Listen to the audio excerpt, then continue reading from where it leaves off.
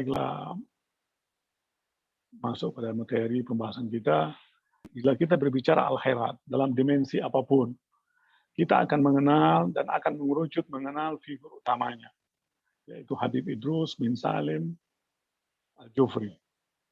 Ya, tugas kita semua Abnaul Khairat untuk melanjutkan perjuangan beliau tentunya dalam konteks kekinian.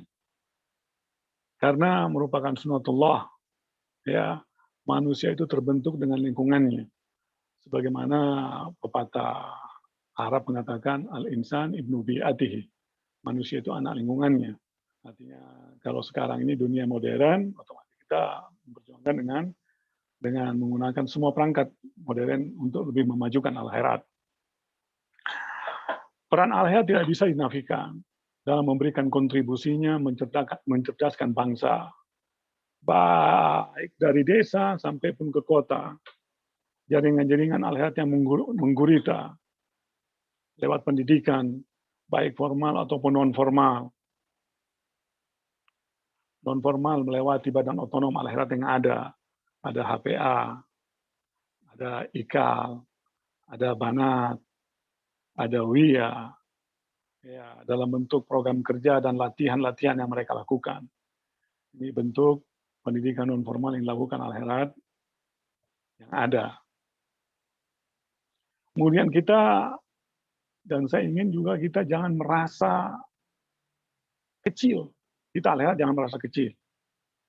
Atau jangan merasa pesimis. Hal itu tidak dibenarkan sama sekali. Bahkan dalam Al-Quran, Allah secara tegas mengatakan, la taqnatu min rahmatillah. Jangan kalian merasa kecil, ya, pesimis dengan rahmat Allah. Terlebih lagi, kita jangan merasa kecil. Ya. Karena kita ini dilahirkan, lembaga ini, dan kita semua dilahirkan dari sosok orang besar, yaitu Habib Idrus bin Salim Al-Jufri. Kita ketahui sejarah beliau dalam umur 17 tahun kurang lebih, beliau sudah diangkat mufti, menggantikan ayahnya. Dan beliau sudah memikul tanggung jawab besar untuk membawa persoalan negaranya ke Liga Arab. Ya, waktu itu sampai akhirnya terendus berita kepergian beliau tersebut akan meninggalkan Bandar Aden, terendus oleh Imperial Inggris waktu itu, sehingga beliau ditangkap. Jadi sosok ini sosok besar. Kita ini adalah orang besar. Kita ini lahir dari orang besar dan kita akan besar insya Allah. Dan kebesaran yang melekat pada Habib Idrus tersebut akan melekat pula pada kita nantinya. Terkadang sebagai manusia kita tidak sadarkan diri dan menilai atau memberikan ulasan atas sebuah pertandingan yang kita dengarkan di luar. Biasanya orang menilai seperti itu. Contohnya seperti pertandingan sepak bola. Orang bisa menilai bahwa si fulan kurang tepat, si fulan kurang tepat sasarannya. Ya, bahkan dia sendiri orang yang menilai atau yang memberikan ulasan tersebut, dia bukan pemain bola, apalagi pelatih. Jadi kita jangan kecil karena penilaian orang. Ya. Ini yang terjadi jika kita membandingkan al-khairat dengan cabang yang kecil. Artinya al-khairat ini besar, tidak bisa kita lihat kebesarannya ini muncul di mana-mana. Jadi kita tidak lihat, tidak dapat memantau. Kalau satu sekolah yang kecil, kebesaran yang muncul pada sekolah tersebut dapat langsung ditangkap oleh publik. Karena sekolahnya gampang, cuma satu dilihat. Ya, beda dengan al-khairat. Ya. Alhamdulillah lembaga yang didirikan oleh guru tua ini, yang saya katakan tadi, banyak melahirkan tokoh-tokoh. Tokoh-tokoh tidak saja nasional. Ya, tidak saja yang berkiprah di nasional, bahkan di internasional, saya katakan. Sebagai contoh, seberapa banyak sudah alumni al-khairat yang pernah menduduki jabatan penting, baik sebagai bupati dan wali kota, gubernur, bahkan menteri, serta duta besar. Ini kan berarti bisa kita katakan al-khairat sudah memberikan sumbangsi, berkiprah baik nasional dan internasional. Kalau mewakili sebagai duta, otomatis mewakili negara. Ya. Berarti kita ini bangsa, berarti kita ini menjadi besar jadi besar, bagian dari besarnya Habib Idrus misalnya Pak Jufri. Jangan pernah merasa kecil.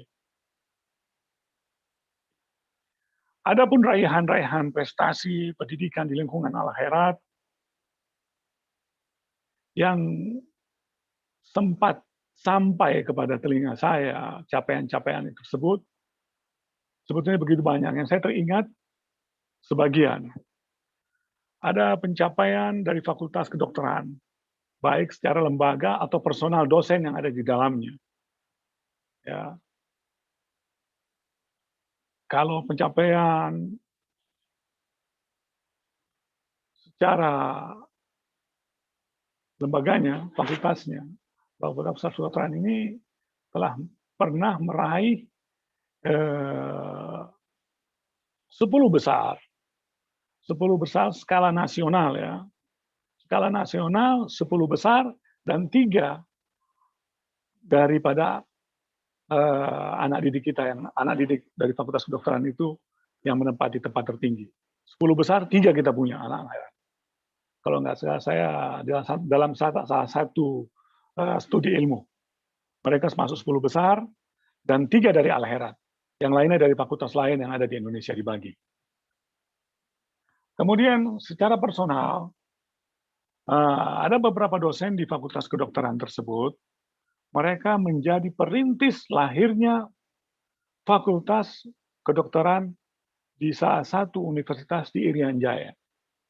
Kalau nggak salah dosen tersebut Bapak yang bekas jadi Direktur Rumah Sakit Anutapura, Bapak Ruslan, sama Bapak Heri, kalau nggak salah. Bapak Ruslan sama Bapak Subhanallah, satu ahli saraf juga, teman beliau. Ya. Saya lupa namanya. Yang penting Bapak Ruslan adalah salah satu dari 2 orang, salah satunya juga orang Al-Herat juga. Mereka termasuk pendiri daripada Fakultas Kedokteran Universitas di Jayapura.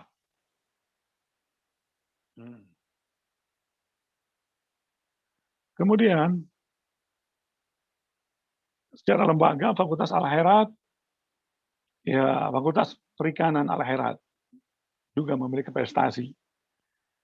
Fakultas ini pernah didatangi untuk studi banding oleh Universitas Brawijaya, Malang. Yang saya ingat itu di zamannya Pak Hamdan, Rektor Pak Hamdan yang lalu. Kemudian Fakultas Kedokteran juga pernah melakukan didatangi dan untuk studi banding dari Universitas Makassar. UMI Makassar ya, UMI Makassar. Juga Universitas Kendari, Haluh Olio. Juga Fakultas UI, waktu pas gempa mereka datang melakukan studi banding Fakultas Kedokteran Al-Herat. Kemudian Universitas Hasanuddin. Dan masih banyak yang lain. Bahkan ada kita punya sekolah salah satu pondok pesantren Tahfidzul Quran di daerah Tondano. Saya kemarin melakukan kunjungan ke sana. Pondok pesantren ini baru melakukan pendidikan kurang lebih 2 tahun dan mereka memiliki prestasi yang cukup gemilang. Dan mereka bisa menjuarai juara 3 untuk tahfidz Quran dengan juz amma. Sewilayah Kabupaten Tondano, Minahasa ya, Minahasa, daerah Minahasa sana. Dan mengalahkan sekolah-sekolah swasta lain dan negeri.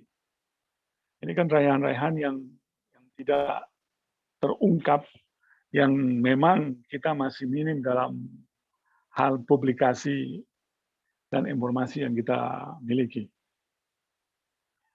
Dan uniknya, Al-Herat ini secara kelembagaan bisa dibilang sama dengan NU dan Muhammadiyah. Sama. Artinya lembaga terbuka. Sudah mulai lembaga organisasi terbuka. Sama. Jika disandingkan dengan Muhammadiyah dan NU. Namun, dia memiliki ciri khas yang berbeda dari keduanya. itulah yang menjadi jati diri Al-Khairaat sesungguhnya.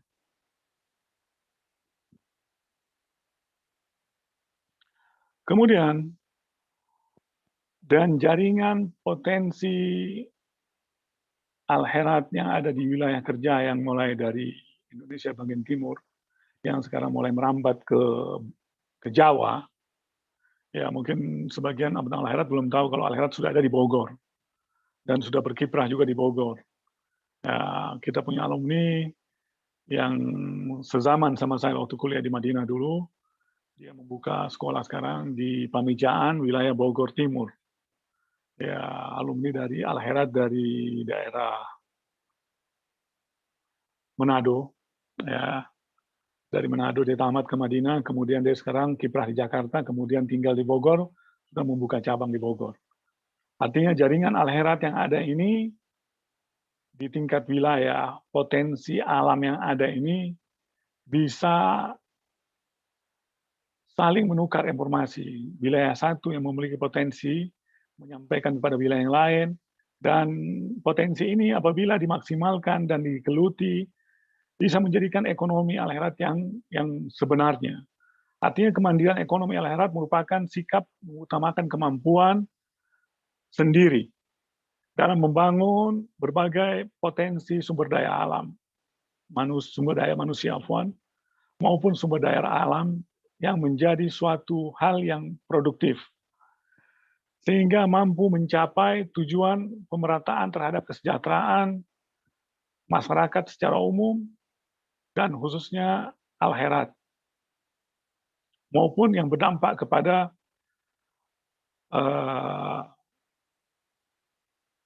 masyarakat di sekitar Al-Khairaat, serta menjadikan Al-Khairaat lembaga yang lebih kuat dari sisi ekonominya. Nah, ini yang harus perlu kita gali. Tanpa menutup diri terhadap berbagai kemungkinan bekerja sama dengan pihak lain yang pastinya menguntungkan. Al-Khairaat memiliki sumber daya manusia yang luar biasa. Ya, kita punya alumni-alumni dari Fakultas Ekonomi begitu banyak. Ya, kita punya alumni-alumni yang bergerak di bidang usaha atau pengusaha juga banyak. Dengan adanya berbagai lembaga pendidikan yang tersebar di berbagai daerah, ya kita bisa meningkatkan fungsi mereka, ya ini menjadi motor penggerak ekonomi Al-Khairaat. Al-Khairaat juga yang kita ketahui bersama dengan bertebarannya Al-Khairaat ini di pelosok tanah air, khususnya di wilayah Indonesia Timur, yang kita ketahui bersama bahwa sumber daya alam di Indonesia bagian timur sangat luar biasa. Ya. Sangat penting didukung juga oleh sumber daya alam manusia yang juga kita miliki. Baik secara teknologi dan ilmu pengetahuan termasuk mental dan akhlak yang cemerlang. Disinilah Al-Khairaat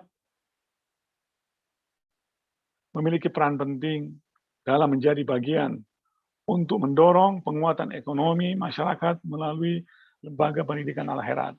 Satu kali saya mengadakan rapat dengan masyarakat di wilayah Betaua. Ya, waktu itu kita mencanangkan kebangkitan ekonomi Al-Khairaat tidak berbentuk sektoral, akan tapi global, karena Al-Khairaat ada di mana-mana. Artinya unit usaha yang kita ingin mengawali saat itu udang faname, pengembangan udang faname. Waktu itu saya datangkan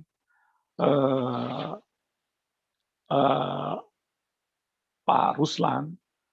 Pak Ruslan ini seorang yang menggeluti udang faname ini, ya experience udang faname-nya sudah cukup lama, 30 tahun. Dan dia siap menjadi mentor untuk dan terlibat langsung untuk menangani budidaya udang faname yang akan dikembangkan oleh Al-Herad di wilayah kerjanya. Saya rapat dengan masyarakat Desa Betaua malam hari. Ya, rapat itu akan menjelang seusainya menjelang jam 8:30 sampai jam 9 malam lewat. Ada yang menggelitik. Waktu itu masyarakat mengatakan, kami pokoknya sami'na wa ata'na, apa kata Al-Herad. Ya, yang penting Al-Herad hidup, yang penting Al-Herad maju. Saat itu saya nyatakan secara tegas, saya bilang bukan terbalik, bukan Al-Herad yang maju, saya bilang kalian maju. Kalau ekonomi kalian maju, Al-Herad maju. Nah, jadi jangan terbalik, jangan bilang Al-Herad maju, masyarakat tidak maju. Enggak, sebaliknya kami ingin Al-Herad maju, tapi itu masyarakat maju. Kalau masyarakat maju, otomatis sekolah akan terpenuhi dengan anak didik yang tidak perlu lagi disubsidi. Ya, karena persoalan kita di tingkat bawah, di desa, ada sekolah MDA milik Al-Herad. Sekolah MDA milik Al-Herad ini yang menjadi persoalannya adalah kekurangan, ya, kekurangan perhatian. Bahkan tidak diperhatikan, bukan kekurangan, tidak diperhatikan pemerintah secara tegas saya nyatakan, karena saat itu pemerintah katakan pada saya, waktu itu dari Litbang Makassar datang meneliti, mereka mengatakan,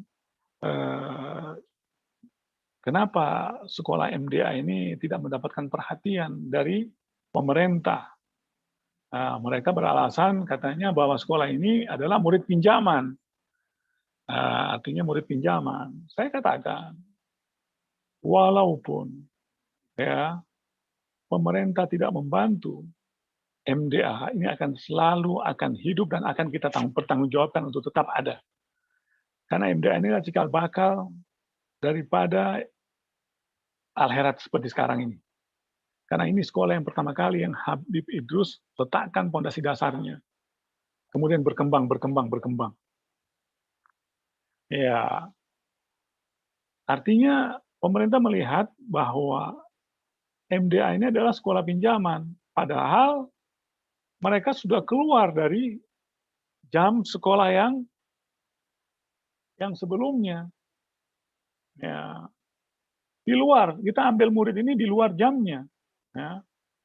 Artinya mereka mulai masuk jam 2, jam 1, jam setengah 2, nanti keluar setelah asar. Mereka keluar mendekati ya jam-jam 5 mungkin keluar. Nah, mereka memiliki ujian, memiliki guru, memiliki kepala sekolah. Ini sekolah yang terpisah, bukan murid pinjaman. Kalaupun pemerintah beralasan bahwa ini murid pinjaman dan tidak mendapatkan perhatian, kita lihat akan memperhatikan. Lewat apa? Lewat badan usaha yang kita rintis, yaitu seperti tadi, tambak udang yang mulai kita ingin lakukan di Betaua.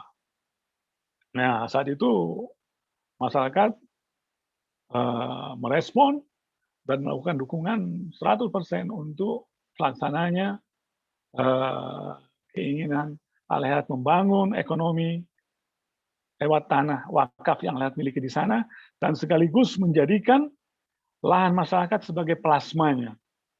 Nah, ini kontribusi Al-Herad untuk masyarakat setempat.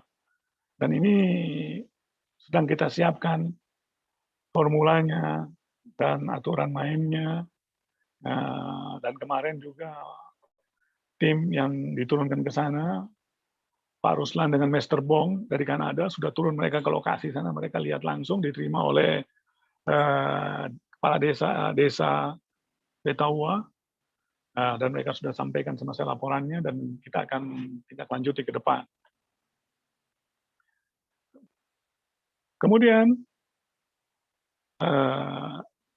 disinilah Al-Herad memiliki peran penting menjadi bagian untuk mendorong penguatan ekonomi masyarakat melalui lembaga pendidikan Al-Herad juga. Kita ingin libatkan juga Fakultas Ekonomi, Fakultas Perikanan Al-Herat untuk terlibat langsung menjadi bagian daripada uh, uh, bisnis udang, tambak udang yang kita canangkan ini. Ya, sehingga ke depan kita inginkan Fakultas Perikanan ini menjadi primadona. Nah, karena bisa kita katakan Fakultas Perikanan ini satu-satunya fakultas perikanan yang ada di Sulawesi Tengah. Yang lain itu adalah prodi. Kalau kita Fakultas Perikanan. Jadi dengan adanya Fakultas Perikanan ini, kita ingin menjadikan Fakultas Perikanan ini menjadi primadona. Nah, lewat unit usaha dan kerjasama yang akan terjalin ke depan, mungkin itu menjadi salah satu daya lirik yang akan dilirik nantinya ke depan. Nah, kemudian saya sampaikan juga kemarin di Wekuli, ya, pas di poros jalan utama, saya sempat melakukan peletakan batu pertama untuk pesantren berbasis agronomi. Artinya mereka di sana diajarkan ilmu-ilmu dasar terkait perikanan dan ilmu dasar terkait pertanian, sekaligus mereka memiliki kemampuan untuk menjadi khatib, penceramah yang siap. Nah,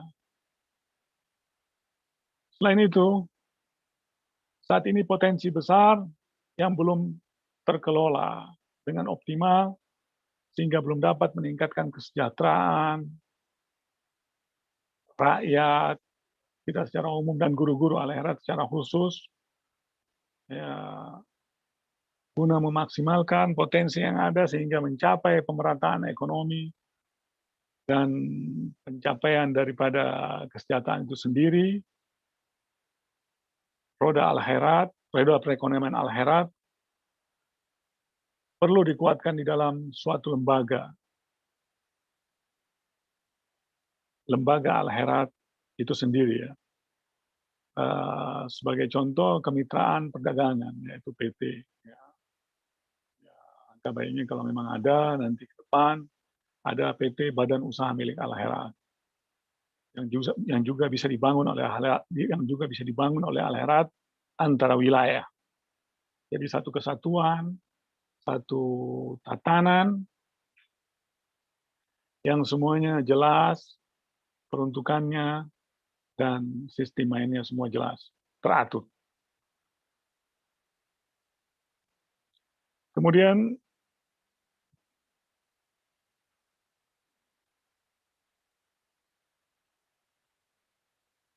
Al-Herat,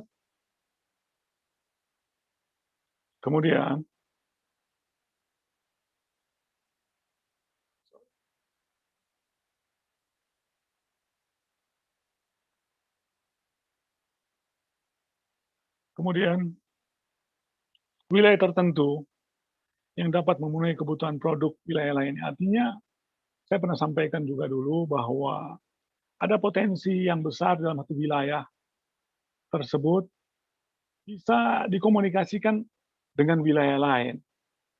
Yang kemungkinan potensi yang lebih tersebut dibutuhkan oleh wilayah lain. Begitu juga wilayah lain, potensi yang besar di wilayah tersebut disampaikan kepada wilayah lain. Jadi komunikasi terbangun, dan komunikasi ini bisa terbangun dengan baik dan akan dengan sendiri nanti akan menjadi alur usaha dan bisnis yang bisa dijalankan dengan baik oleh Al-Erat secara lembaga. Satu wilayah memiliki potensi yang besar, wilayah tersebut bisa mengkomunikasikan wilayah lain. Dan ini komunikasi harus selalu terjalin dan terkomunikasi dengan baik, sehingga nantinya secara tidak langsung akan terjadi dengan sendirinya roda perekonomian Al-Herat itu sendirinya. Dan kita tidak bisa hanya duduk diam, sementara dunia terus berkembang. Terlebih sekarang, kita telah memasuki era globalisasi. Ya. Yang mau tidak mau kita harus bergerak. Nah, jika kita tidak bergerak, kita dilintas oleh waktu dengan sendirinya, tersisihkan dengan sendirinya. Terutama kalangan pemuda milenial di lingkungan Al-Herat harus bisa membangun dan mengambil peran dan gerakan inovasi dan transformasi digital sebagai rumah besar bagi gerakan ekonomi keluarga besar Al-Herat, hingga bisa mendorong memanfaatkan teknologi informasi yang dibutuhkan oleh masyarakat di lingkungan Al-Herat. Ya, kita tidak bisa pungkiri bahwa prasarana yang ada sekarang ini masih sebagian besar di lingkungan kita yang tak ter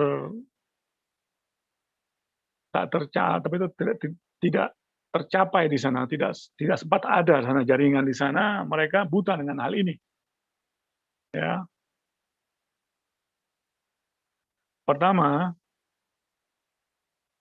ya ini peran para pemuda milenial. Yang pertama, membangun kesadaran dan kepedulian kita yang sudah memasuki industri digitalisasi. Ya, kita membangun. Kemudian kedua, diperlukan pengetahuan dan literasi digital, kompetensi digital, penggunaan digital dalam aktivitas sehari-hari, dan kita sudah masuk transformasi digital dalam aktivitas usaha. Nah, sekarang semua input data mengambil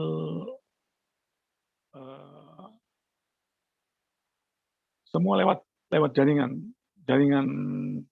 digitalisasi semuanya. Input data semuanya apapun, bahkan di lingkungan sekolah pun sekarang input data siswa, input nilai, semua digital semua.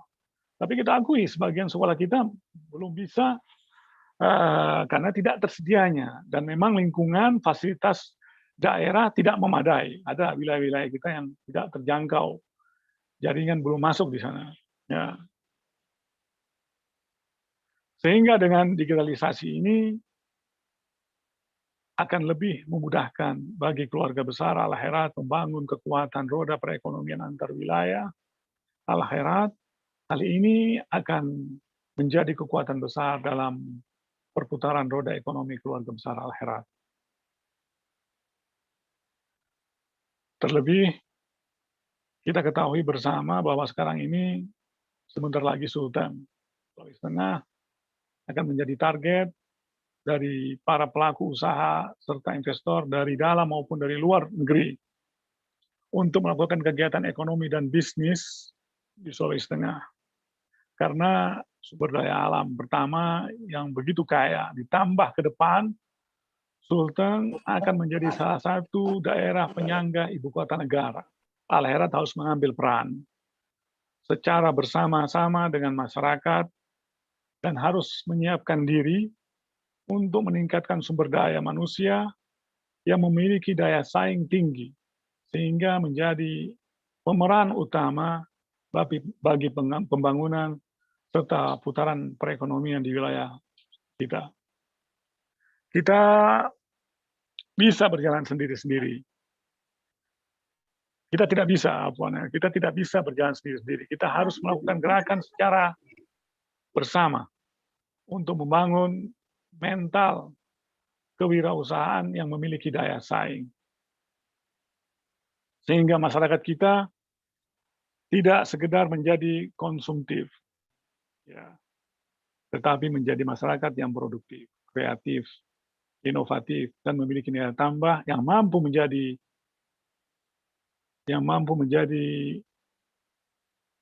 berdiri sejajar dengan pelaku ekonomi lainnya.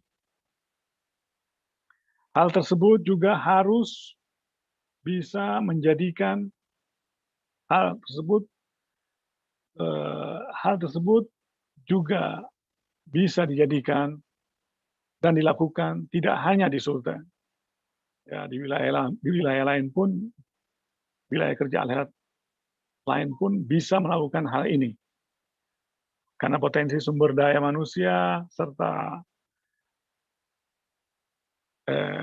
karena sumber daya alam yang kita miliki di tempat-tempat lain juga memiliki potensi yang besar, dan sumber daya manusia kita juga di sana juga mumpuni untuk melakukan hal yang sama seperti apa yang di Sulawesi Tengah. Apalagi ditunjang dengan potensi sumber dan daya manusia serta teknologi yang baik, tidak ada alasan masyarakat kita yang berada dalam kemiskinan, ya. Artinya kita akan mampu kuat secara ekonomi dalam kelembagaan akhirat jika kita memiliki tekad, niat dan tekad yang bulat.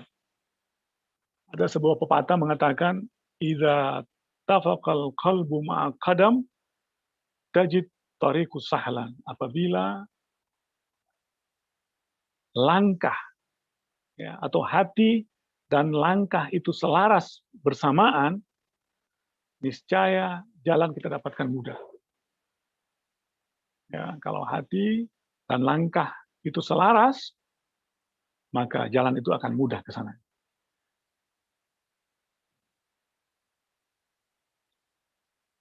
Oleh karenanya, saya menghimbau pada kita semua pihak keluarga besar Al-Khairat, baik pengusaha, pendidik, atau yang duduk di pemerintahan, untuk saling mendukung dalam membangun ekonomi di lingkungan Al-Khairat sehingga menjadi kekuatan bagi pembangunan ekonomi keluarga besar Al-Khairat.